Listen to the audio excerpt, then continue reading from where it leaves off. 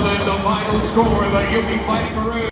Points used 2 rebounds plus 8, 1 assist, and that crucial 3-pointer in the final 2.8 seconds. So, nakapokus ka dun talaga sa winning basket. So, can you recall yung last play na yun? Nung last play kasi, sabi dalhin lang ni Mati yung bola sa gitna, tapos last 5 seconds, last 5 seconds bigay sa akin. Pero nung nasa akin yung bola, parang blackout na lahat, parang tinanggal ko lahat ng emotions ko, focus lang ako sa tira ko. And wala ko isipin ko titira, and kumpiyansa. Tapos yun, ginawa ko. Thank you. Okay.